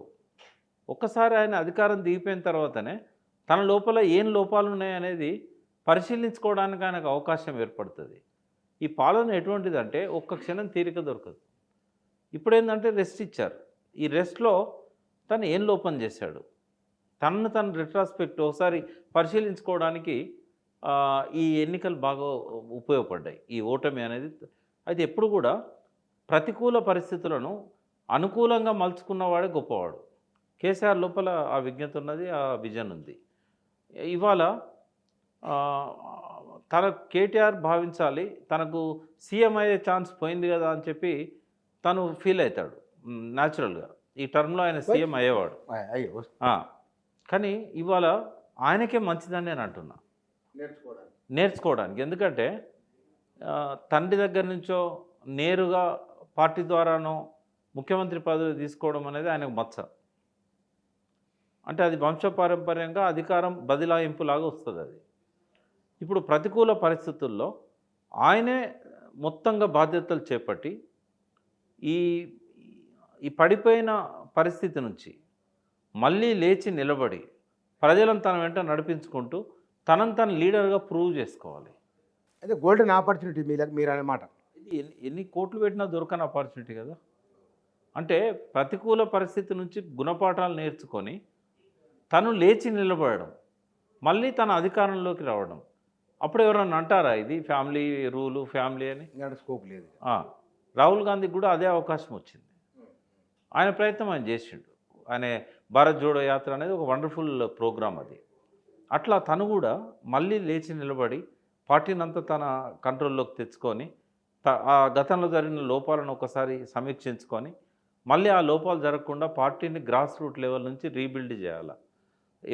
ఎవరు సరైన నాయకుడు అనేది అంచనా వేసి నాయకత్వాన్ని ప్రక్షాళన చేయాలి కింది దాకా. అట్లా చేస్తే ఈ పార్టీ మళ్ళీ ఒక 10 ఏళ్ళ అధికారంలోకి వచ్చి నిలబడే అవకాశం ఉంటుంది. మళ్ళీ 10 ఏళ్ళు. ఇప్పుడు కేసీఆర్ను తట్టుకొని నిలబడడం అనేది మామూలు విషయం కాదు. అది ఓ లెక్కన దుస్సాధ్యం అని చెప్పలేం, కానీ కొంచెం కష్టసాధ్యమైంది. రేవంత్ రెడ్డి లోపల ఉన్న లక్షణాలు ఏమిటి? ఏ అంశాలు ఆయనను తన లక్ష్యం వైపు నడిపించినాయి? బుచ్చన్న, మనం చాలాసార్లు మాట్లాడుకున్నాము. ఒక మనిషి ఒక కసితోని ఒక లక్ష్యాన్ని సాధించాలని అనుకున్నప్పుడు ప్రకృతి మొత్తం తనకు అనుకూలంగా వస్తుంది. ప్రకృతే వైబ్రేషన్స్ పంపుతుంది. రొండా బెర్న్ రాసిన సీక్రెట్ అదే చెప్తుంది. 113 ఏళ్ళ కింద వచ్చిన the science of getting rich అనే బుక్ ఏదైతే ఉన్నదో ఆ బుక్ రొండా బెర్న్ రాసిన సీక్రెట్కు అది బేస్ అన్నట్టు. పవర్ ఆఫ్ సబ్కాన్షియస్ మైండ్ అంటాం. ఎవరైతే అది మంచి పని కానీ చెడ్డ పని కానీ కసితో 24 గంటలు అదే లక్ష్యంతో పనిచేసుకుంటూ పోయినప్పుడు అది ఖచ్చితంగా అచీవ్ కాగలుగుతారు. కేసీఆర్ 14 ఏళ్ళు తెలంగాణ గురించి అట్లే ఆలోచించిండు. ఆయన సబ్కాన్షియస్ మైండే వైబ్రేషన్స్ ద్వారా తెలంగాణ రావడానికి అవసరం లేని శక్తులను తుదముట్టించినాయి, అవసరమైన శక్తులను తనకు అనుకూలంగా తీసుకొచ్చినాయి. ఆ కసి ఆ పట్టుదల మళ్ళీ ఆ రేవంత్ రెడ్డిలోనే కనబడ్డది. ఎప్పుడో 22 ఏళ్ళ వయసులో ఒక మామూలు పిల్లగాడు, ఎక్కువ చదువుకున్న వ్యక్తి కాదు, ఎక్కువ పెద్ద పెద్ద సంపాదన ఉన్న కుటుంబం కాదు, పెద్ద ఆస్తులు ఉన్న కుటుంబం కాదు, రాజకీయాలలో ఉన్న కుటుంబం అసలే కాదు. అక్కడెక్కడో మహబూబ్నగర్లో పల్లెటూరులో ఉండి నేను ఈ రాష్ట్రానికి సీఎం కావాలని చెప్పి 30 ఏళ్ళ కింద కలగని ఒక్కొక్క మెట్టే ఎక్కుతూ ఒక్కొక్క మెట్టును తనకు అనుకూలంగా క్రియేట్ చేసుకుంటూ సీఎం దాకా రాగలిగాడంటే ఈ ప్రకృతి శక్తులన్నీ కూడా ఆయనకు సహకరించాయి. సంకల్పం నాకు 5 ఏళ్ళ కిందనే చెప్పిండు ఆయన. ఆ టైంలో ఆయన ఓడిపోయి ఉన్నాడు ఎమ్మెల్యేగా, ఇంకా పార్లమెంట్ ఎలక్షన్స్ రాలే. ఆ కాంగ్రెస్లో కొడంగల్ నుంచి పోటీ చేసి ఓడిపోయి ఎంపీగా ఇంకా పార్లమెంట్ ఎలక్షన్స్ కంటే ముందు పీరియడ్ అది. ఆ టైంలో నన్ను అడిగాడు ఆయన, నెక్స్ట్ సీఎం ఎవరు అనుకుంటున్నావు అంటే, అయితే కేసీఆర్ ఉంటాడు లేకపోతే కేటీఆర్ ఉంటాడంటే, రాసి పెట్టుకోమన్నా రేవంత్ రెడ్డి ఉంటాడు అన్నాడు. అవునా? 5 ఏళ్ల ముందే చెప్పిండా? టీవీ ఛానల్లో బ్రేక్లో మాట్లాడుతూ పక్కన TV5 విజయ్ కూడా ఉండే, ఆ రోజు చెప్పాడు ఆయన. అంటే ఆయనే అనుకున్నట్టుగా పావులు కదుపుకుంటూ వచ్చాడు. ఒక ఇండిపెండెంట్గా ఆయన ముందు ఆయనది చాలామంది తెలియని విషయం ఏంటంటే, టీఆర్ఎస్ పెట్టినప్పుడు ఆయన టీఆర్ఎస్లోకి వచ్చాడు. వచ్చినప్పుడు అక్కడ స్థానిక నాయకత్వం ఆయనకు జెడ్పీటీసీ టికెట్ ఇవ్వలేదు. మిడ్జిల్ నుంచి జెడ్పీటీసీ టికెట్ ఇవ్వలేదు. ఇవ్వకపోతే టీఆర్ఎస్కి రిజైన్ చేసి ఇండిపెండెంట్ నిలబడి గెలిచాడు. మళ్ళీ ఎమ్మెల్సీగా ఇండిపెండెంట్గా లోకల్ బాడీస్ నుంచి పోటీ చేసి ఎమ్మెల్సీకి గెలిచాడు. గెలిచినాక టీడీపీలో పోయి జాయిన్ అయ్యాడు. ఆయనకు టీడీపీ సహకరించింది ఎమ్మెల్సీ కావడానికి. సో ఒక్కొక్క అడిగే ఆయన క్రియేట్ చేసుకుంటూ ఎదిగి వచ్చాడు. చాలా వ్యూహకర్త లెక్కన ఆయన, మంచి వ్యూహం. ఆ వ్యూహం ఉంది, దాని తగ్గట్టు కార్యాచరణ ఉంది. ఒక లక్ష్యాన్ని సాధించడానికి ఏం చేయాలనో అన్నీ చేశాడు. ఆయనకు తెలుసు సీఎం కావాలంటే డబ్బు కావాలి. డబ్బు కోసం ఆయన ఏం చేశాడు, హైదరాబాద్కి వచ్చి రియల్ ఎస్టేట్ స్టార్ట్ చేశాడు. 15-20 ఏళ్ళు రియల్ ఎస్టేట్లో ఆయన ఎంత సంపాదించాడో నాకు తెలియదు, కానీ ఆయన ఏనా డబ్బుకి ఇబ్బంది పడని సిచ్యువేషన్ క్రియేట్ చేసుకున్నాడు. తర్వాత సోర్సెస్, అందరు సొంత డబ్బులతో ముఖ్యమంత్రులు కాలేరు. ఆయన సోర్సెస్ క్రియేట్ చేసుకున్నాడు. డబ్బు పెట్టే కాడ డబ్బు పెట్టి పదవులను తెచ్చుకున్నాడు. మంచితనం కాడ మంచితనంతో చేసుకున్నాడు. ఆయన కులాన్ని ఉపయోగించుకున్నాడు. ఆయన తనకున్న అనుచరులందరినీ ఉపయోగించుకున్నాడు. పరిచయాలన్నింటిని ఉపయోగించుకున్నాడు. తెలియని కాడ పోయి తెలుసుకున్నాడు, నేర్చుకున్నాడు, ఎదిగిండు. నాలెడ్జ్ కూడా తక్కువ ఉన్నదని నేను చెప్పాను. విపరీతంగా చదువుతారట ఆయన. చదవడమే కాదు, ఆయన ఎవరి దగ్గర నాలెడ్జ్, కేసీఆర్ గారు కూడా అంతే. ఆయన బాగా చదువుతాడు, ప్రతి విషయాన్ని క్షుణ్ణంగా తెలుసుకుంటాడు. ఆ లక్షణం మళ్ళీ ఆయన లోపల కూడా ఉంది. నేను ఆయన క్లోజ్గా ఈ 5 ఏళ్ళు అబ్జర్వ్ చేయలేదు, కానీ ఆయన సీఎం అయినాక ఆయన వీడియోస్ అన్ని చూస్తూ ఉంటే చాలా మెచ్యూరిటీ కనబడ్డది. ఎవరు? రేవంత్ రెడ్డి. ఓకే. తర్వాత ఒక అసాధారణ వ్యక్తిత్వం అని చెప్పొచ్చు. అందరు అనుకుంటున్నట్టు ఆయన ఏదో 5 ఏళ్లలో దించుతాం అనుకోవడం మాత్రం అది భ్రమే. ఒకవేళ ఎవరైనా దించడానికి ప్రయత్నం చేస్తే వాళ్ళు రేవంత్ రెడ్డికి మళ్ళీ బలాన్ని ఇచ్చినట్టు అవుతుంది. ఒకవేళ ఆయన అట్లే వదిలేస్తే ఈ ఆర్థిక సమస్యల వల్ల ప్రజల్ని సాటిస్ఫై చేయలేకపోతే మళ్ళీ ఆయన ఎలక్షన్స్లో ఓడిపోతాడు. సాటిస్ఫై చేస్తే మళ్ళీ 5 ఏళ్ళు ఉంటాడు. ఇక్కడ ఒక ఆనవాయితీ ఉంది. 10 ఏళ్ళు టీడీపీకి ఇచ్చారు, 10 ఏళ్ళు కాంగ్రెస్కి ఇచ్చారు, 10 ఏళ్ళు బీఆర్ఎస్కి ఇచ్చారు. ఆయన మంచిగా పరిపాలన చేస్తే 10 ఏళ్ళు ఆయనే ఉంటాడు. డోకాలేదు. ఒకవేళ పార్టీలో అంతర్గత సమస్యలు వస్తే సార్ట్అవుట్ చేసుకోగలడా? అది హైకమాండ్ ఉందిగా, వస్తున్నాయి, ప్రతిరోజు వస్తున్నాయి. ఎందుకంటే సీనియర్లు అందరిని పక్కన పెట్టి ఆయనకు ముఖ్యమంత్రి ఇచ్చినప్పుడు సీనియర్స్ ఏదో ఒకటి చేయాలనుకుంటారు కదా, కానీ వాళ్ళ వలన అధికారంలోకి రాలేదు కదా. అందుకే హైకమాండ్ అనేది మొత్తానికి కీలకం. ఇప్పుడు ఇక్కడ రేవంత్ రెడ్డిని ముఖ్యమంత్రి చేసింది కూడా హైకమాండే. అంటే కేవలం ఆయన పేరు పంపడమే కాదు, ఆయన ముఖ్యమంత్రి కావడానికి ప్రతి గ్రామంలో కూడా సర్వే చేయించి ఆఖరి నిమిషంలో చిన్నారెడ్డి లాంటి ఒక సీనియర్ రాజకీయ నాయకుడిని బీఫామ్ ఇచ్చి కూడా మళ్ళీ ఆయన దగ్గర బీఫామ్ తీసుకొని వేరే ఒక మామూలు వ్యక్తికి, ఒక అనామకుడు అతనికి టికెట్ ఇచ్చారు. అనామకుడేగా, అక్కడ పేరున్న వ్యక్తేనట. అక్కడ పేరు అంటే ఆయన పొలిటికల్గా ఏమి ఎదగలేదు, ఆయన బిజినెస్ మ్యాన్. స్థానికంగా ఏదో జెడ్పీటీసో ఏదో మనకు తెలియదు, లోకల్ బాడీస్లో ఉంటే ఉండొచ్చు. బట్ ఆయన ఒక ఎమ్మెల్యే స్థాయి వ్యక్తిగా జిల్లాలో కూడా ప్రొజెక్ట్ అనే వ్యక్తి కాదు ఆయన. మరి బిజినెస్ పరంగా కేవలం డబ్బు పెట్టి గెలిచిందా అంటే డబ్బుతో అట్లా గెలవడం సాధ్యం కాదు. ఆయనకు అనుకూలించింది. అయితే అటువంటి వ్యక్తిని ఐడెంటిఫై చేసి చిన్నారెడ్డిని తీసేసి ఆయనకు టికెట్ ఇవ్వడం అనేది హైకమాండ్ ఎంత గ్రౌండ్లోకి వెళ్ళి వాళ్ళు స్టడీ చేశారని చెప్పడానికి ఆ టికెటే కారణం. అట్లా చాలా ఈ సునీల్ కనుగోలే కాకుండా పైనుంచి చాలామంది ఇక్కడ గ్రౌండ్ వర్క్ చేశారు. మళ్ళీ ఇన్ఛార్జీలు అయితే అసలు వచ్చి ఇక్కడనే ఉన్నారు. అవును, చాలా ఇప్పుడు ఈ వారం 10 రోజుల కాలంలో రేవంత్ రెడ్డి పనితీరు చూస్తే మీకు కలిగిన అభిప్రాయం ఏమిటి? అని ఇంకా లో ప్రొఫైల్నే ఉన్నాడు. చాలా అఫెన్సివ్గా ఏం పోవడం లేదు. రెండవది అందరిని కలుపుకోపోవాలనే లక్ష్యంతో ఉన్నాడు. మాటలలో కూడా అది కనబడతా ఉంది. ఆయన కేసీఆర్ గారిని కూడా వచ్చి కలవడం అనేది ఒక పాజిటివ్ సంకేతాన్ని ఇచ్చింది ఆయనకు. తర్వాత మహిళలకు బస్ ప్రయాణం ఇమ్మీడియట్గా స్టార్ట్ చేయడము, విద్యుత్ సమస్య మీద ఆయన రివ్యూ చేసి అందులో ఉన్న లొసుగులన్నీ కూడా తెలుసుకోవడం, ఒక్కొక్క రంగాన్ని ఆయన రివ్యూ చేస్తున్నాడు. ప్రచార ఆర్భాటం పెద్దగా లేదు. గ్రోత్ గుడ్ బిగినింగ్ అని చెప్పగలుగుతాను నేను. Good beginning. కానీ ఈ బస్సు ప్రయాణంలో ఆర్టీసీ నష్టపోతుంది, తర్వాత జీతాలు ఇవ్వలేరేమో, కష్టాలు వస్తాయేమంటే ప్రయోజనం ఇది ఉచిత బస్సు ప్రయాణం ఆర్థిక వ్యవస్థ పైన ప్రయోజనాలు ఏమిటి, దీంట్లో కష్ట నష్టాలు ఏమిటి? ఏమున్నాయి ఇప్పుడు సజ్జనార్ చెప్పింది ఆర్టీసీ ఎండి 14 కోట్ల ఆదాయం వచ్చేది. అంటే బహుశా హైదరాబాద్ చెప్పిండా ఆయన తెలంగాణ మొత్తం పర్ డే 14 కోట్లు 14 కోట్లు వచ్చేది. 14 కోట్లలో 7 కోట్లు బుక్కబడుద్ది అనుకుందాం. 7 కోట్లు అంటే 12 ఏళ్ళు 84 అంటే పర్ డేనా అది 14 కోట్లు? ఒకరోజు 14 కోట్ల రూపాయలు అంటే రోజుకి 7,000 కోట్లు మైనసా? 7 కోట్లు రోజుకి 7 కోట్లు మైనస్ 3 ఏళ్ళ 210 కోట్లు నెలకు 210 కోట్లు అంటే 12 రోజులు 3,000 కోట్లు దాదాపు 3,000 కోట్ల భారం ఈ ప్రభుత్వానికి కష్టమని నేను అనుకోను. ఎందుకంటే కేసీఆర్ గారు ఎంత అద్భుతంగా ఆయన ఎంఏ ఎకనామిక్స్ చదవలేదు కానీ 50,000 కోట్ల ఆదాయం ఉన్న రాష్ట్రాన్ని 2 లక్షల కోట్ల ఆదాయం వచ్చే రాష్ట్రంగా మార్చాడు. నేను చెప్పేది సెంట్రల్ గ్రాంట్స్ కానీ భూముల అమ్మకం ద్వారా వచ్చినాయి కానీ ఇవన్నీ కాదు. ఓన్లీ రెవెన్యూ మనకు వచ్చే ఆదాయం 50,000 కోట్ల నుంచి 2 లక్షల కోట్లకు తీసుకుపోయాడు. అంటే లాస్ట్ ఇయర్ 1,60,000 కోట్ల దాకా ఉండే, ఇప్పుడు 2 లక్షల కోట్లకు చేరింది ఆయన చేసిన కృషి వల్లనే. అంత ప్రగతిని సాధించాడు కదా ఆయన. అది ఇప్పుడు వడ్డించిన విస్తరైంది రేవంత్ రెడ్డికి. అప్పట్లో అన్నారు చంద్రబాబు నాయుడు తీసుకొచ్చిన పని వయస్సుకు అప్పుడు పెన్షన్లు పెరిగినాయి, తర్వాత రకరకాల స్కీములు కొత్త స్కీములు వచ్చాయి, ఆరోగ్యశ్రీ లాంటిది వచ్చింది కొంత. ఇప్పుడు రేవంత్కు అనుకూలించబోతున్నది. ఇప్పుడు అద్భుతంగా కట్టించుకున్న సెక్రటేరియట్లో రేవంత్ రెడ్డి వచ్చి కూర్చున్నాడు అంటే అది అనుభవించే యోగం ఆయనకు లేకుండే. అట్లాగే ఆర్థిక వ్యవస్థను కూడా చాలా అద్భుతంగా డెవలప్ చేసి పెట్టాడు కేసీఆర్. ఒకవేళ రేవంత్ రెడ్డి ఎమోషన్స్కి పోకుండా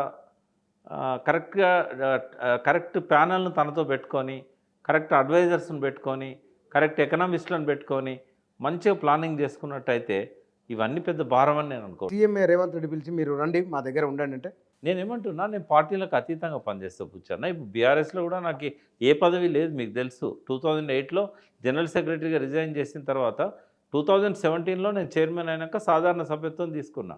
బట్ ఏనాడు కూడా నేను మళ్ళీ దాన్ని ఇన్వాల్వ్ చేసుకోలేదు, నేను బాధ్యతలు తీసుకోలేదు. బీఆర్ఎస్ పెట్టినప్పుడు నన్ను కనీసం ఆ మీటింగ్లకు కూడా నన్ను వాళ్ళు ఇన్వైట్ చేయలేదు, నేను దూరంగానే ఉండిపోయాను. అట్లాగే కాంగ్రెస్ విషయంలో కూడా నాకు కావాల్సింది ఏంటంటే కేసీఆర్ గారు అద్భుతమైన విజన్తో ఒక సంపద సృష్టి చేశాడు. ఈ సంపద 4 కాలాల పాటు నిలవాలి. ఏదో మేడిగడ్డలో ఒక 2 పియర్స్ కుంగిపోయినాయని చెప్పి కొంతమంది మాట్లాడుతున్నట్టుగా సూడో ఇంజనీర్స్. నేను అప్పుడు పరుషంగా మాట్లాడింది కూడా ఇంజనీర్ల మీదనే. ఆ రోజు నేను మాట్లాడింది రేవంత్ రెడ్డి మీద కాదు, లేకుంటే ఈ పాశం యాదగిరి కోదండరాం మీద కూడా కాదు. నేను పరుషంగా మాట్లాడింది ఆ తెలిసి తెలియని ఇంజనీర్లు మేడిగడ్డ అక్కర్రాదు, లేకపోతే అన్నారం అక్కర్రాదు సరస్వతి బ్యారేజ్, తర్వాత సుందిల్ అక్కర్రాదు పార్వతి బ్యారేజ్, ఇవన్నీ ఊలగొట్టాల్సిందే అని చెప్పి ఎవరైతే మాట్లాడిందో వాళ్ళ గురించి నేను ఆ రోజు ఒక fishing in the trouble water అనే తెలుగు అర్థాన్ని వాడాను. బట్ ఇటువంటి సంపద కేసీఆర్ సృష్టించింది. 4 కాలాల పాటు తెలంగాణ ప్రజలకి నీళ్ళు ఇవ్వాలి. ఇది ప్రజల సొత్తే తప్ప కేసీఆర్ది కాదు. కాబట్టి తెలిసి తెలియకుండా కొంత రాంగ్ డైరెక్షన్లల్లో ఇటువంటి పనికిమాలిన ఇంజనీర్లు ఆయన తప్పుదారి పట్టిస్తే అటువంటిప్పుడు ఖచ్చితంగా అడ్డుకుంటాం. మేడిగడ్డ మీద విచారణ చేస్తామని వాళ్ళు అంటున్నారు, మీరేం పెద్ద నష్టమేం లేదని మీరు అంటున్నారు. అది ప్రమాదం. అది ఒకవేళ ఇంజనీరింగ్ వైఫల్యమా, లేకపోతే నిజంగానే ప్రమాదమా అనేది తేలాలంటే ఇప్పుడు దాని చుట్టూ కాఫర్ డ్యామ్ వేశారు. ఆ లోపల ఇసుకనంతా తీసి భూభౌతిక శాస్త్రవేత్తలని ఉంటారు. ఆ లోపల లేయర్స్లలో ఏమన్నా జరిగిందా, లేకపోతే అందులో నీళ్ళు ఎట్లొచ్చినాయి, ఆడ వాల్ కట్టారు. కింద ఎక్కడైతే హార్డ్ సర్ఫేస్ ఉంటుందో అక్కడ దాకా పోయి వాల్స్ కడతారు రెండు పక్కల. మధ్యలో పియర్స్ ఉంటాయి. అయితే ఆ పియర్స్ కింద శాండే ఉంటుంది. అది ఎట్లా కదిలింది అనేది ఇప్పుడు, ఎందుకంటే దాని అటుపక్క ఇటుపక్క వాల్ ఉన్నప్పుడు అందులో వాటర్ ఫ్లోనే ఉండదు కదా. ఫ్లో ఉండనప్పుడు ఆ పియర్స్ కింద శాండ్ ఎట్లా, బ్యారేజీలు అన్నీ కూడా శాండ్లోనే కడతారు. బ్యారేజీలన్నీ అది రాక్ మీద కడతారంటారు. రాక్ అనేది ఉంటే డ్యామ్ కడతారు. రాక్ మీద కట్టేది డ్యామ్. రాక్ లేని కాడ లాగా నాలుగు సార్లు రాక్ లేని కాడ కింద కింద ఇసుకలనే ఉంటాయి పియర్స్. కానీ ఇటుపక్క అటుపక్కన వాల్ వేసి ఆ వాల్ను మాత్రం కింద హార్డ్ సర్ఫేస్ అంటే గట్టి మట్టి దొరికేదాకా పెడతారు. నీళ్ళు నల్ల పోవడానికి ఉండదు.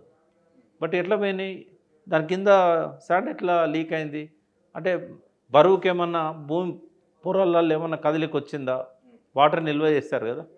అది కూడా 10 టీఎంసీలే చేశారు, మొత్తం లెవెల్ వరకు కూడా చేయలేదు. ఏం జరిగిందనేది ఇప్పుడు ఎంక్వైరీ జరుగుతుంది. ఇప్పటివరకు కూడా కరెక్ట్ రీజన్ అనేది ఇంకా తెలియలేదు. ఇప్పుడు అది పరిశోధిస్తే తప్ప తెలియదు. దానికి ఇరిగేషన్ ఇంజనీర్లకు ఏం తెలియదు.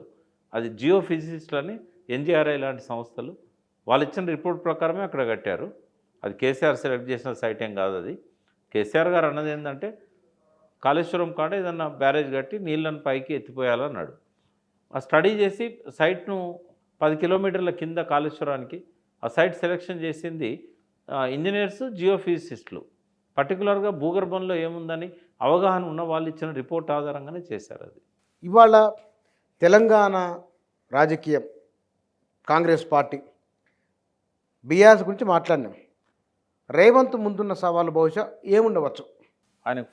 ఆయనకున్న సవాల్ ఏంటంటే ఆయన ఒక టీం వర్క్ చేయాలి. ఆయన టీం లీడర్గా ఎవాల్వ్ కావాలి. ఆ విషయంలో కొన్ని లోపాలు ఉన్నాయి ఆయనకి. ఆయన టీం లీడర్ లక్షణాలను పెంచుకోవాలి. తర్వాత ఎవరిని కూడా పక్కన పెట్టకూడదు. అందరి అభిప్రాయాలకు విలువ ఇవ్వాలి. కొంత నష్టం జరిగినా పర్వాలేదు, ఎవరి శాఖ పట్ల వారికి పూర్తి స్వేచ్ఛనివ్వాలి. ఒకరి దానిలో ఆయన ఇంటర్ఫియర్ కాకూడదు. ముఖ్యమంత్రి అయినంత మాత్రాన ప్రతి శాఖలోనే ఇంటర్ఫియర్ అవుతాను అంటే అయ్యే హక్కు ఉంది ఆయనకు. కానీ అయితే వాళ్ళ మధ్య డిఫరెన్సెస్ స్టార్ట్ అవుతాయి. ఆయన టీంను అదుపులో పెట్టుకొని ఒక ఫ్రెండ్లీ అట్మాస్ఫియర్ని క్రియేట్ చేసుకోవడం అనేది పెద్ద సవాల్.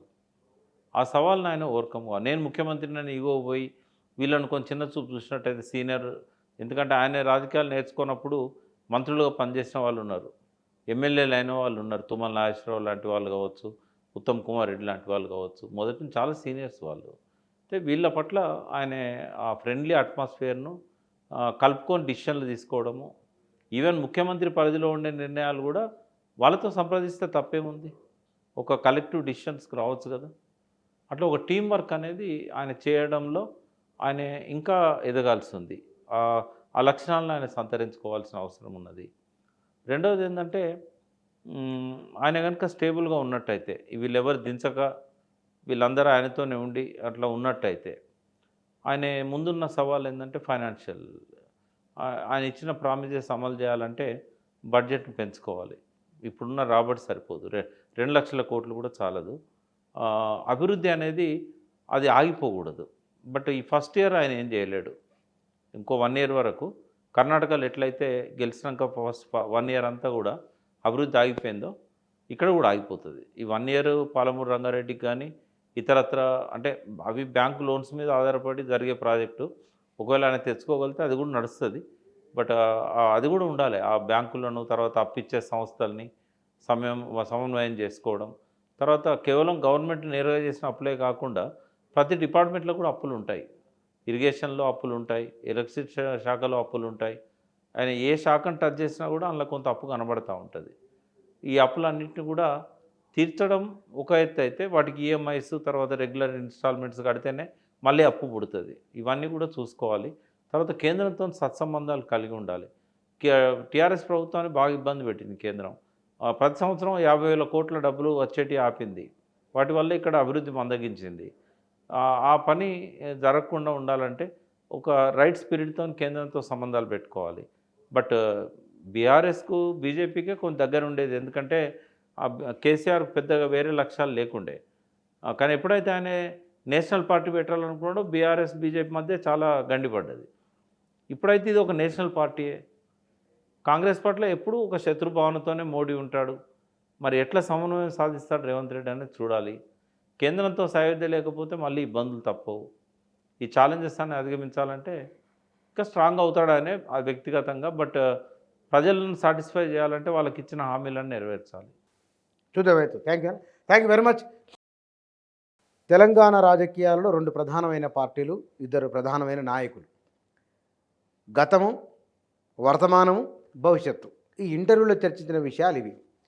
ఇందులో వ్యక్తిగతంగా ఫలానా వారిని పాయింట్అవుట్ చేయడం కాకుండా బహుశా బీఆర్ఎస్ గురించి అనుకుంటే కనుక సానుకూలమైన, అనుకూలమైన, ఆశావాహ దృక్పథంతో చూస్తే కనుక అన్నీ సానుకూలంగానే కనపడతాయి. తప్పులు సరిదిద్దుకునే అవకాశం కూడా ఇంటర్వ్యూ చూడవచ్చు. కాంగ్రెస్ పార్టీకి సంబంధించినంత వరకు అధికారంలోకి వచ్చి కొద్ది రోజులే, కొద్ది కాలమే, ఇప్పటికిప్పుడే అంచనా వేయలేము. కానీ దాని ముందు ఆ పార్టీ, ఆ ప్రభుత్వం ముందున్న సవాళ్ళు, ఆ ప్రభుత్వానికి, ఆ ప్రభుత్వ అధినేతకున్న అడ్వాంటేజెస్ ఇవి. Thank you.